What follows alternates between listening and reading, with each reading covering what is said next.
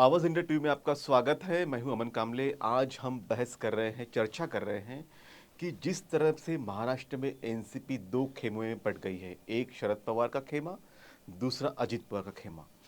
तो शरद पवार का जो खेमा है उसकी भी मीटिंग चल रही है, अजित पवार का जो खेमा है उसकी मीटिंग चल रही है। कहा जा रहा है कि लगभग 32 विधायक अजित पवार के साथ में है और 16 विधायक शरद पवार के साथ में है। तो ये जो घटना हुई है, जिस तरह से एनसीपी में टूट हुई है, पहले शिवसेना में टूट हुई, अब एनसीपी में टूट हुई, और जिस तरह से बीजेपी सब कुछ इस टूट के पीछे है, तो इसका राज्य की राजनीति पर क्या असर होगा, इस पर चर्चा करने के लिए हमारे साथ दो खास मेहमान हैं। हमारे साथ है दिनेश वाकड़कर जी, जो पहले शिवसेना में थे, अब वो बीआरएस अर्थात भारत राष्ट्रीय निर्माण समिति के विदर्भ विभाग के संगठक हैं। और हमारे साथ है आरएसएस के जनाब अब्दुल गफूर पाशा साहब।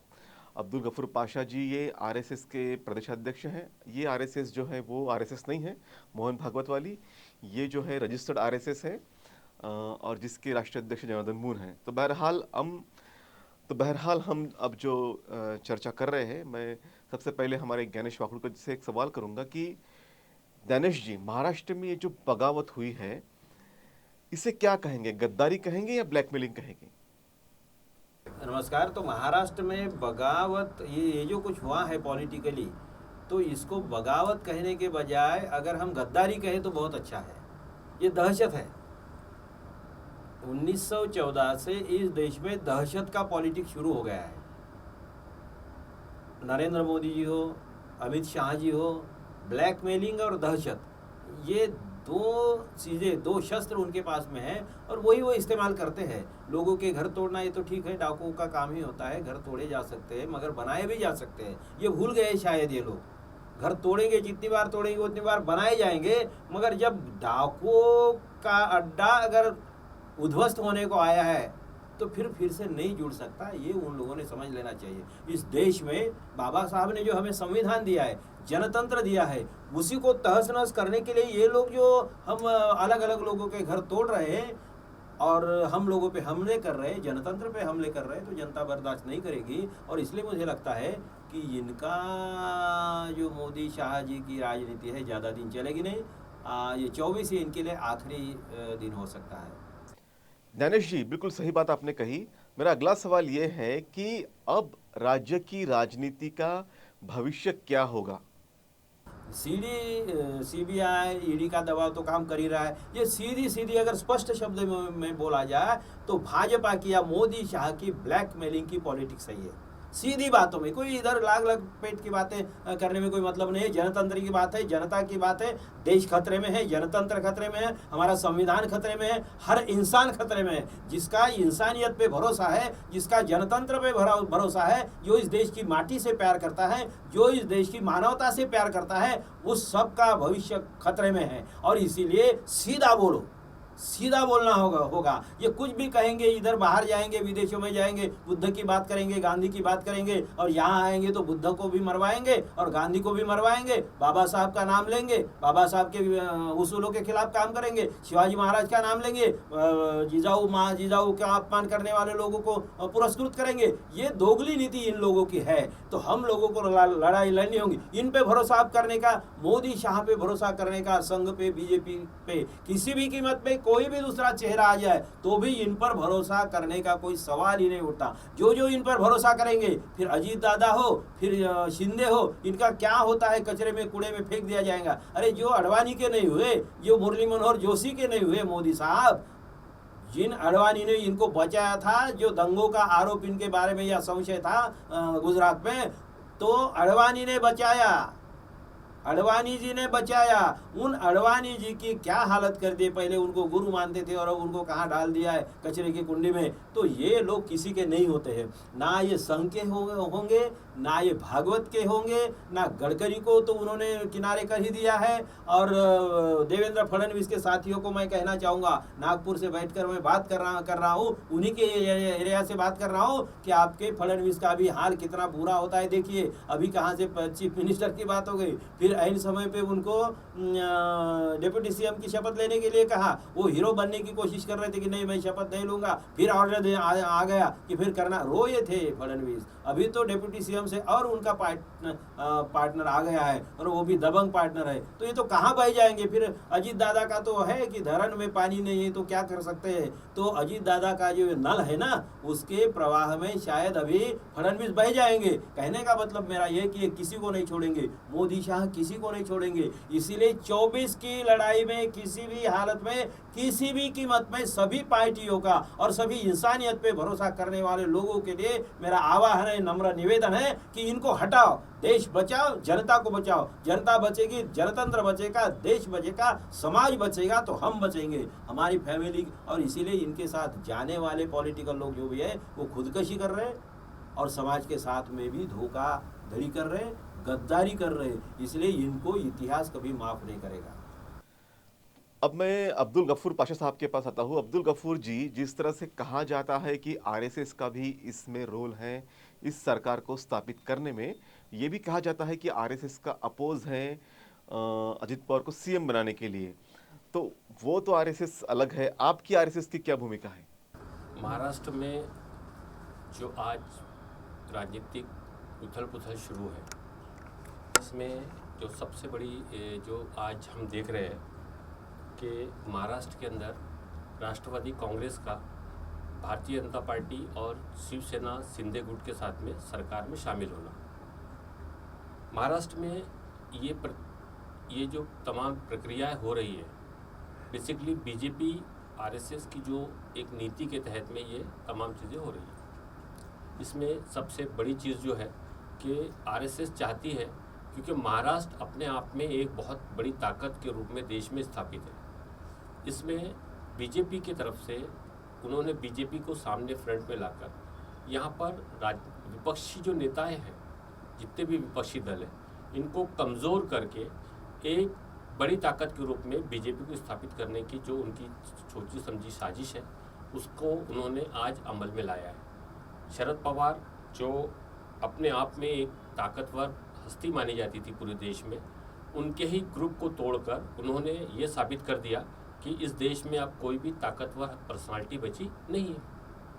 साथ ही कुछ रोज़ पहले उन्होंने शिवसेना को तोड़कर ये एहसास कराया था कि बाल ठाकरे के नाम पर जो पार्टी स्थापित हुई थी और लंबे समय से अपना अस्तित्व कायम किए हुई थी, आज उन्होंने उस पार्टी को दो हिस्सों में बांटकर ये उस वक्त में ये अपनी एहसास कराने की कोशिश की कि यहाँ पर देश में उनसे ज़्यादा ताकतवर कोई नहीं था। जी बिल्कुल।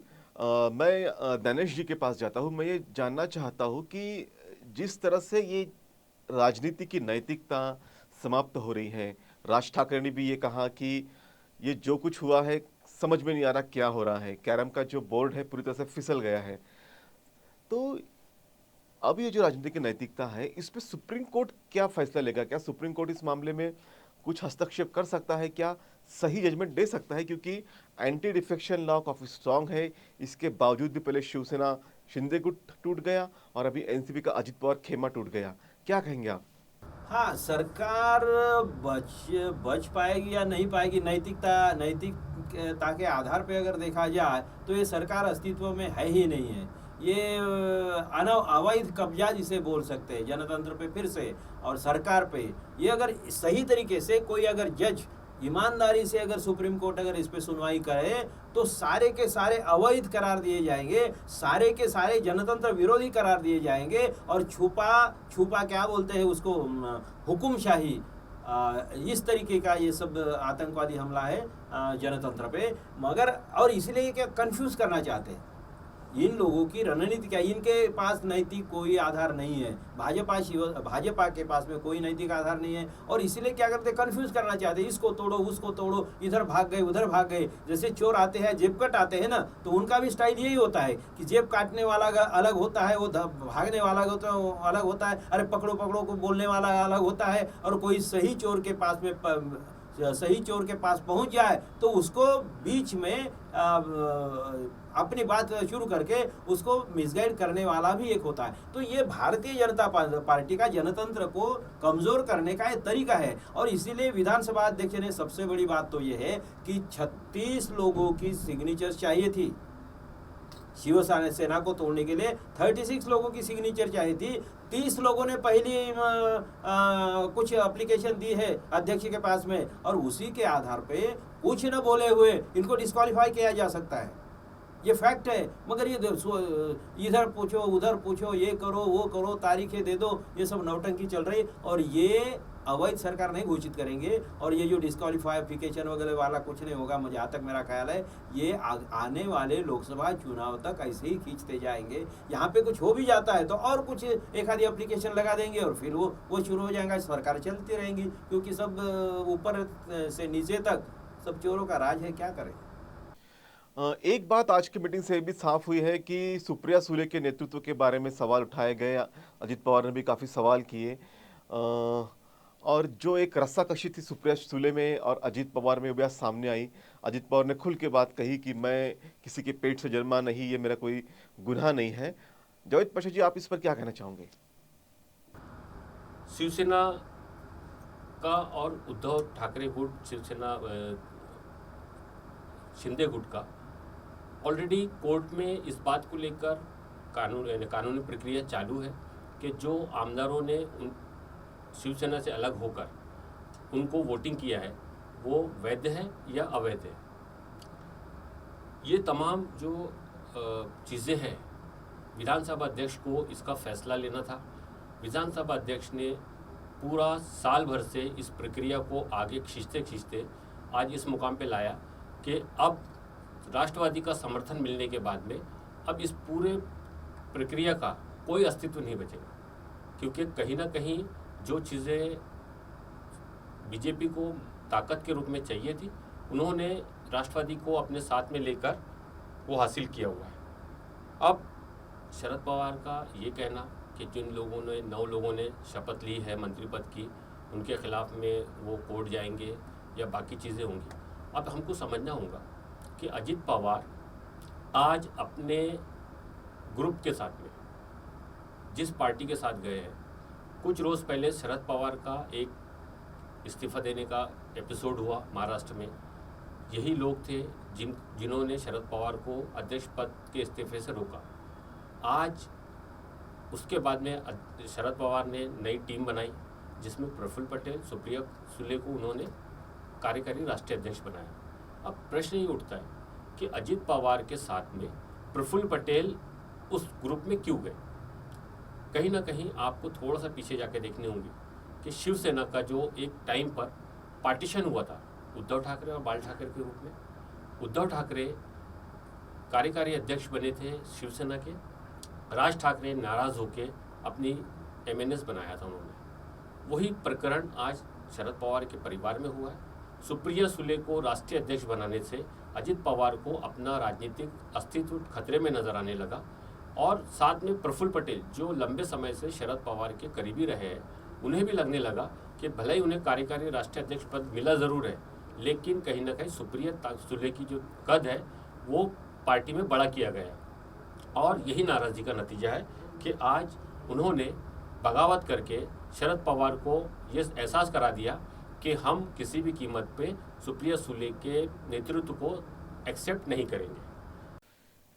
दिनेश जी, जिस तरह से हम सब कुछ एक चर्चा देख रहे हैं, क्या लगता है बीजेपी का एक माइंड गेम है कि उन्हें लगता है कि शिंदे शायद उस लेवल पे स्टेट को नहीं ले जा सकते, उनको लोकसभा में उसका फायदा नहीं मिलेगा, इसलिए अजित पवार को लाया गया है?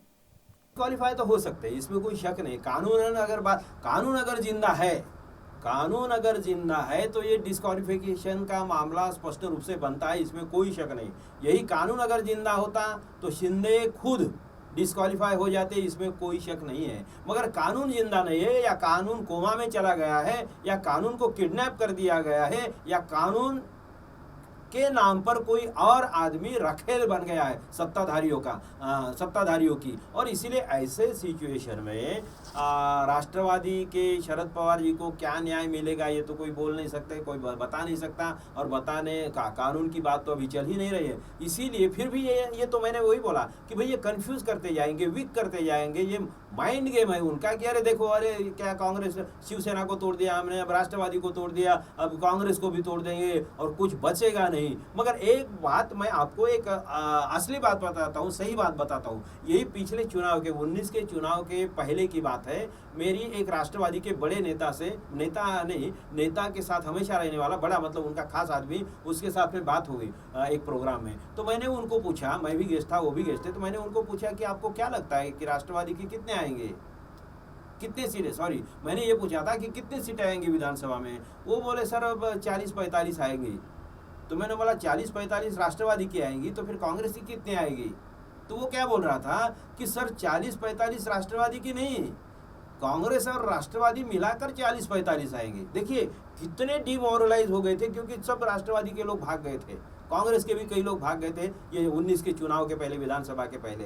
तो इतने डिमोरलाइज हो गए थे कि उनका जो शरद पवार और सुप्रिया सुले जी के साथ में रहने वाला आदमी वो बोल रहा था कि 40-45 हम लोगों के मिलकर आएंगे। और ऐसी चर्चा नेताओं में थी, उसने खुद अपनी बात नहीं कही, वो कोई प्रवक्ता नहीं था, तो नेताओं में ही चर्चा ऐसी थी। इस कदर वो घबराए हुए थे कांग्रेस राष्ट्रवादी के लोग कि उनकी 40-45 सीटें आएंगी, ऐसे उनको लगता था। मगर बात क्या हो गई, भागे तो बहुत सारे लोग, कोलैप्स हो गई करीब करीब पार्टी सिस्टम, मगर सत्ता आ गई उनकी। ये देखिए सत्ता आने तक उनकी नौबत चली गई, परिस्थिति निर्माण हो गई। मैं अभी भी बोल रहा हूँ कि जनता बहुत गुस्से में है। इन लोगों को लग रहा है कि हम हमारी दहशत के सामने सभी डर जाएंगे, मगर ज़्यादा दिन नहीं डराया जा सकता। जनता अभी गुस्से में है। जैसे शिवसेना तोड़ दी गई, कौन से कैसे लोग हैं, किस लेवल के लोग हैं, किस रास्ते से उठाकर राजमहल तक जिन लोगों को बाड़ा साहब की कृपा से वहाँ तक पहुँचा दिया गया, वही लोग उद्धव ठाकरे। ठीक है, उद्धव ठाकरे की मैं फेवर करने का कोई सवाल नहीं आता है, लेकिन वो उनके ऊपर आरोप लगा रहे। अब क्या करेंगे? वो बोल रहे थे ना, कुछ शिंदे जी बोल रहे थे मेरे ख्याल से कि अजीत पवार की ज्यादती होती थी, अजीत पवार की हुकुमशाही हम नहीं सहेंगे, इसीलिए अब क्या करेंगे शिंदे जी रिजाइन करेंगे क्या? अब तो अजीत पवार और उनके छाती पे बैठ गए ना।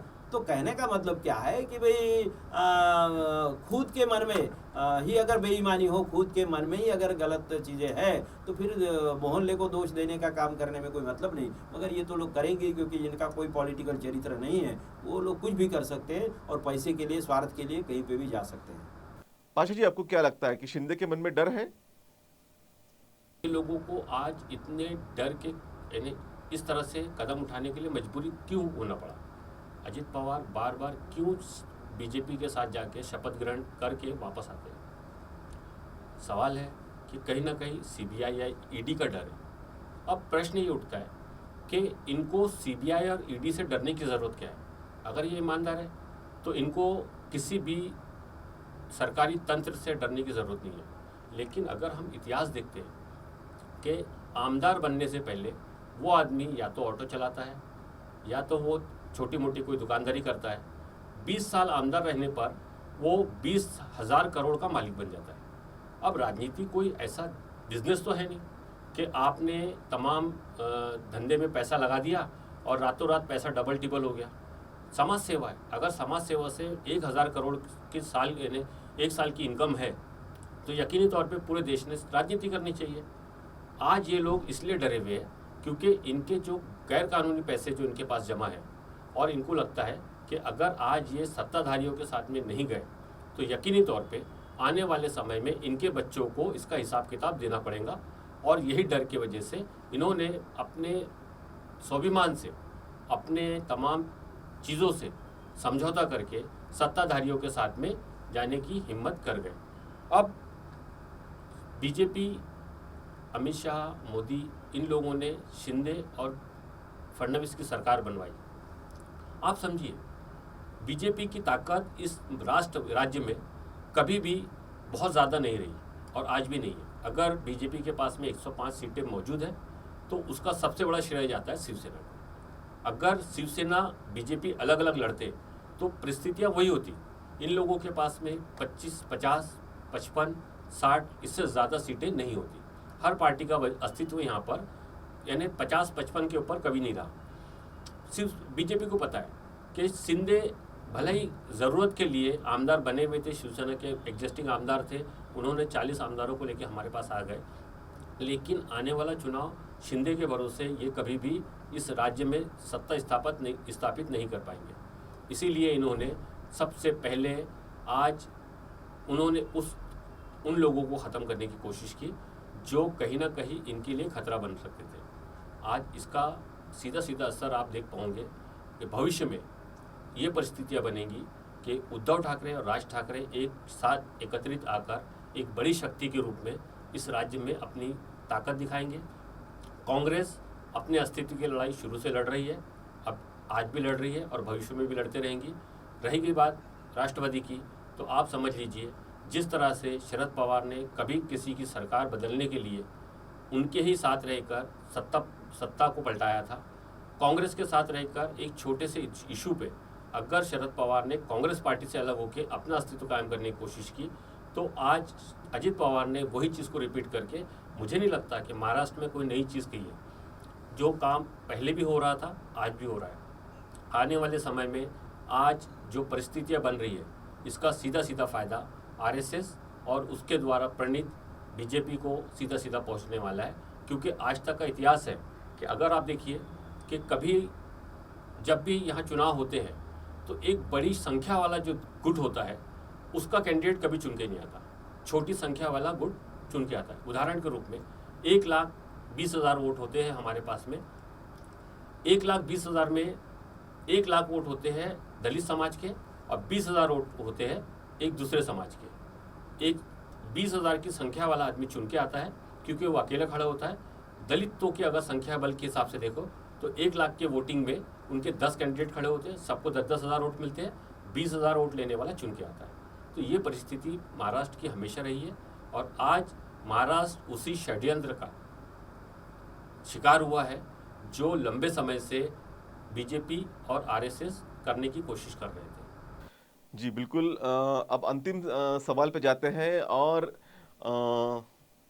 जैसे कि बीजेपी का एक नेचर रहा है, स्वभाव रहा है, पीएम मोदी का भी स्वभाव रहा है कि जिस आडवाणी ने उन्हें बचाया था, जिस आडवाणी के कारण वो राष्ट्रीय राजनीति में आ गए, उन्हें भी उन्होंने बख्शा नहीं, किनारे लगा दिया।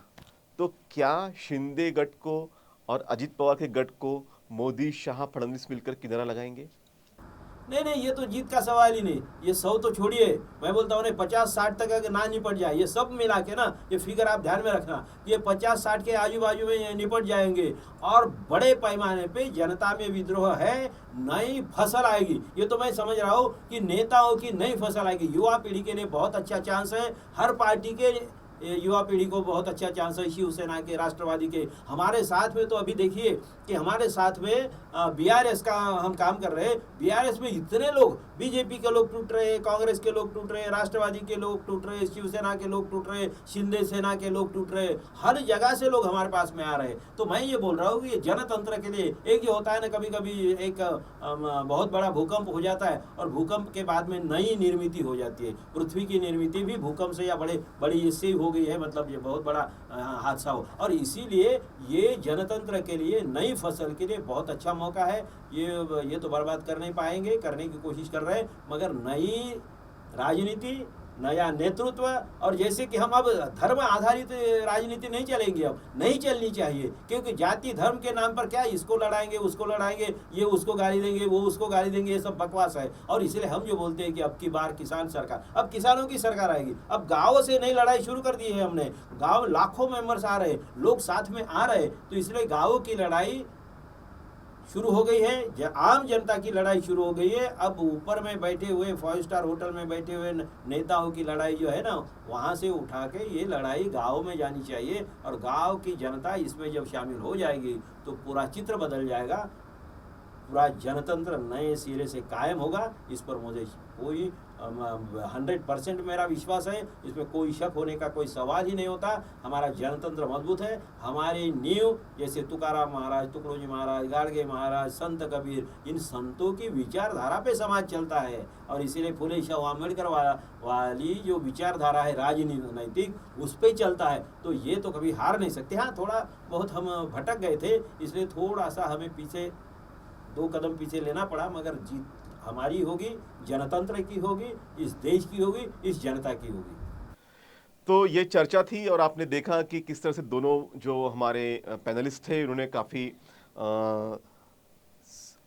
अच्छे से अपनी बातें रखी है और ये विश्लेषण भी किया है कि ये जो कोई खौफ है, डर है, इस डर के कारण शिंदे को भी आना पड़ा और एनसीपी के अजित पवार के गुट को भी आना पड़ा। महाशक्ति का एक बहुत बड़ा डर है और ये डर जो एजेंसीज है उस एजेंसीज के माध्यम से हुआ है और इसके कारण सरकार बनती हुई दिख रही है। लेकिन क्या इसका असर होने वाला है? जनता क्या सोचती है? जनता क्या इस तरह की घटनाओं का समर्थन करती है? ये आने वाला वक्त बताएगा, 2024 बताएगा। तब तक आप देखते रहिए आवाज़ इंडिया टीवी। धन्यवाद।